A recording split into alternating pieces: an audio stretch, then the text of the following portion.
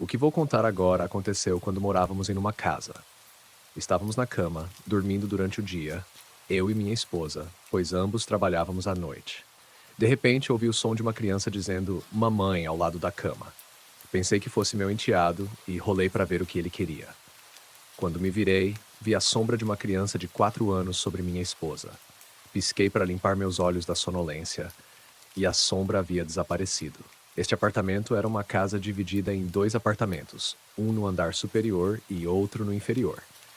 Escolhemos o andar de baixo porque era maior e tinha um porão. Cerca de um ano depois, numa noite em que voltava do trabalho, olhei para a casa e vi um rosto pálido olhando pela janela do sótão do apartamento de cima. Eu sabia que não havia inquilinos lá na época, pois o proprietário havia trancado o sótão. Eu havia perguntado a ele. Houve vários outros incidentes menores no apartamento de cima. Passos habituais quando ninguém mais estava por perto, visões rápidas de figuras sombrias no canto do olho e uma sensação constante de estar sendo observado e temido. No entanto, as coisas realmente pioraram quando minha esposa engravidou. Eventos estranhos começaram a acontecer mais frequentemente perto dela. Às vezes, ela acordava com arranhões inexplicáveis, jurando que alguma força invisível a havia empurrado. O ponto crucial que nos fez decidir mudar foi quando nosso filho começou a apresentar arranhões aleatórios em seu corpo. Depois da primeira vez, passamos a vesti-lo com luvas para dormir, pois as unhas de bebê são afiadas por natureza. Além disso, colocamos nele macacões para protegê-lo de qualquer outra forma de ferimentos. Isso foi o suficiente para nós. Não podíamos tolerar que algo ameaçasse nosso filho, então empacotamos nossas coisas e nos mudamos antes de seu primeiro aniversário para uma casa que compramos. Ao sair, sentimos a obrigação de avisar os novos inquilinos sobre nossa antiga residência, mas não queríamos parecer loucos. No porão, havia uma seção de painéis de madeira que poderia ser removida para acessar a rede de água. Imaginamos que qualquer inquilino curioso acabaria descobrindo isso, eventualmente. Então deixamos um bilhete endereçado aos próximos moradores colado na parte interna do painel. Detalhamos o que havia acontecido e os alertamos sobre o que poderiam encontrar. Alguns podem me chamar de idiota por não ter contado tudo diretamente, mas na época achei que era a decisão certa para não assustar potenciais moradores, especialmente porque o dono da casa era uma ótima pessoa. Ainda assim, sentimos que devíamos explicar o que passamos naquele lugar. Nossa nova casa também era antiga e tinha sua própria história, mas a energia era diferente. Mesmo com pequenos sustos, nunca sentimos a mesma hostilidade. A experiência no antigo apartamento nos ensinou a lidar melhor com eventos inexplicáveis e esperamos que os novos inquilinos possam fazer o mesmo.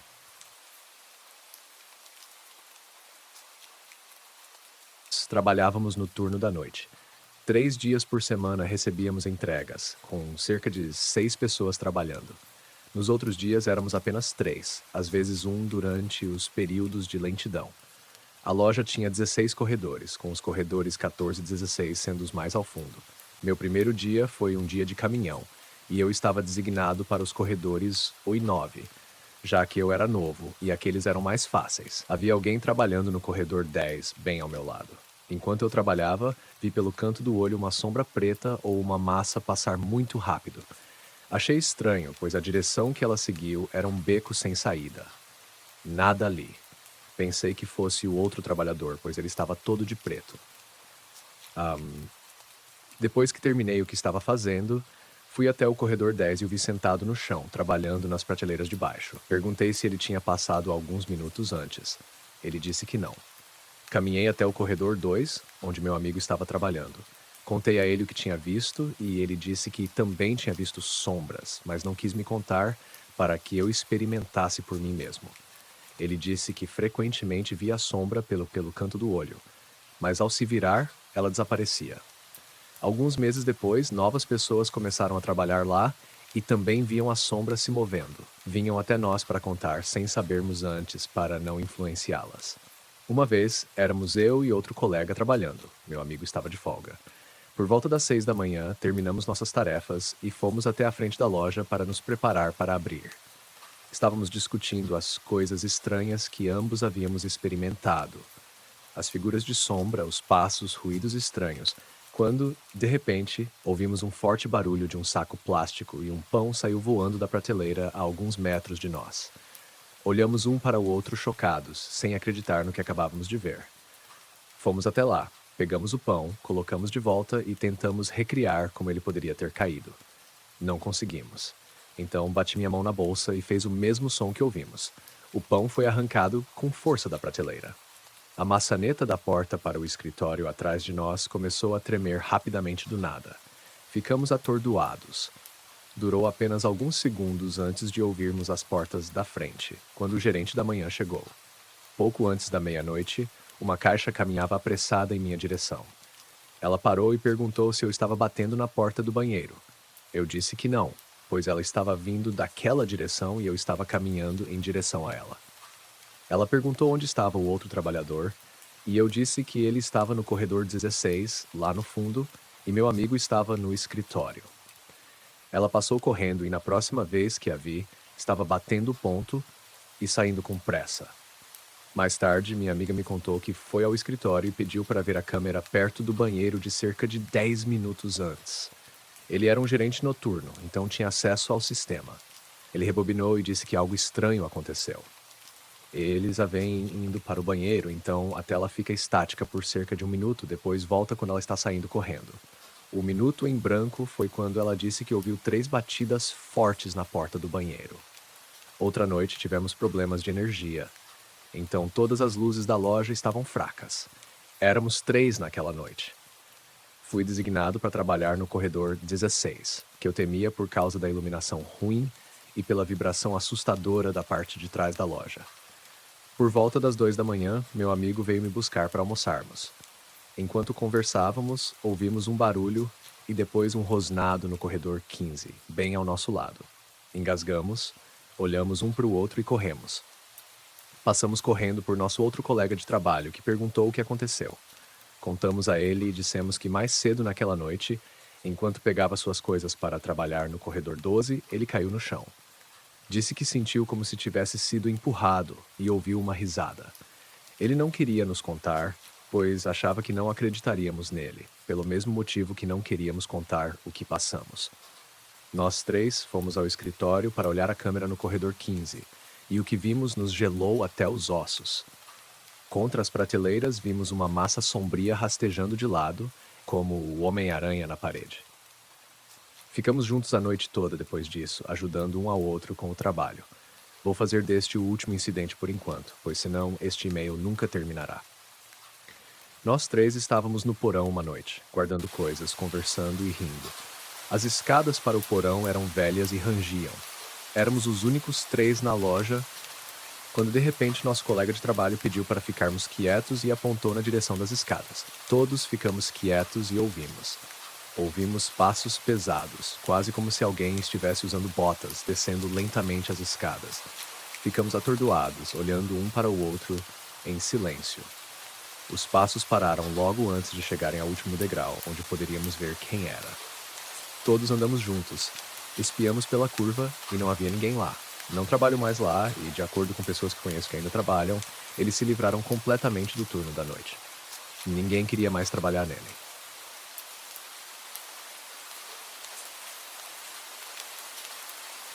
Esta foi uma experiência horrível que nunca consegui explicar. Sou cético, então isso me confunde há muitos anos, mesmo sendo eu quem vivenciou tudo. Quando estava no ensino médio, cerca de 10 anos atrás, meu amigo Lucas veio passar um tempo comigo, como fazia na maioria dos sábados. Ele era um dos meus melhores amigos e nós 2 éramos muito atentos ao ambiente ao nosso redor.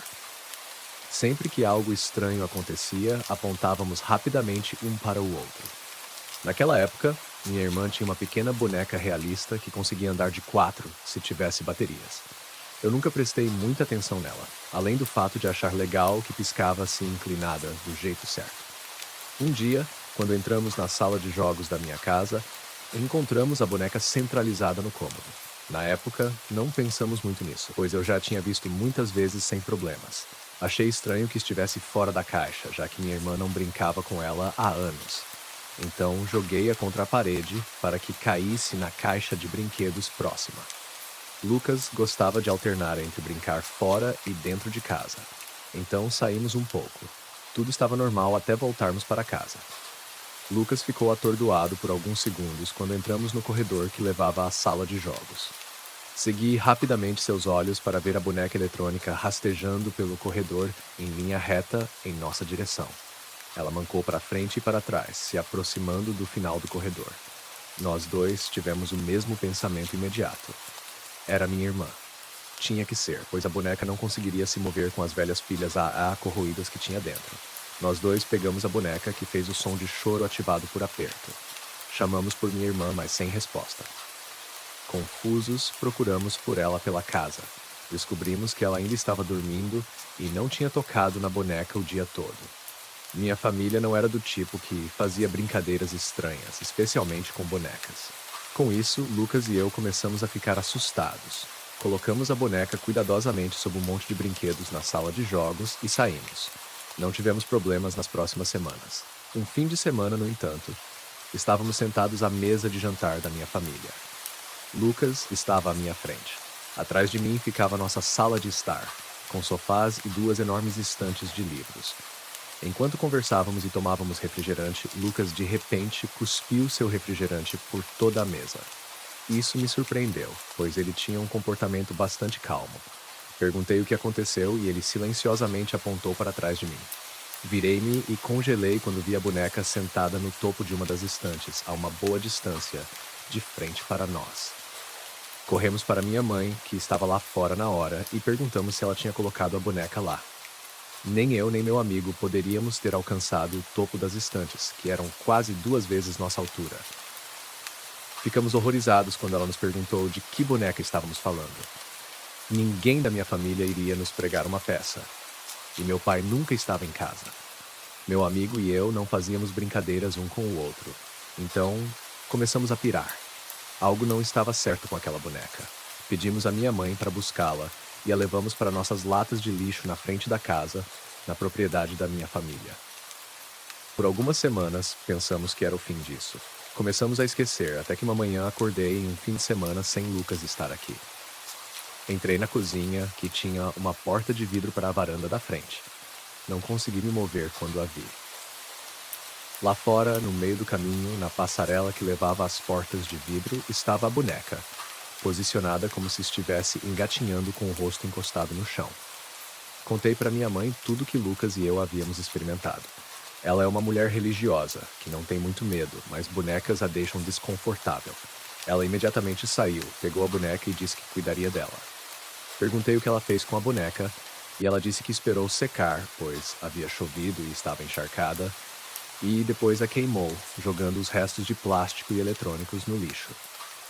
Nunca mais tivemos experiências com a boneca, mas até hoje me pergunto o que poderia ter causado esses eventos. Sou um cético, mas essa é a única experiência que me deixa perplexo até hoje. Obrigado por assistir ao Dark Seal. Espero que tenha gostado das histórias assustadoras de hoje. Se inscreva no canal, deixe seu like e ative o sininho para não perder nenhum novo episódio aterrorizante. Compartilhe suas próprias histórias de terror nos comentários abaixo e quem sabe ela não aparece no próximo vídeo. Até a próxima e durma bem, se puder.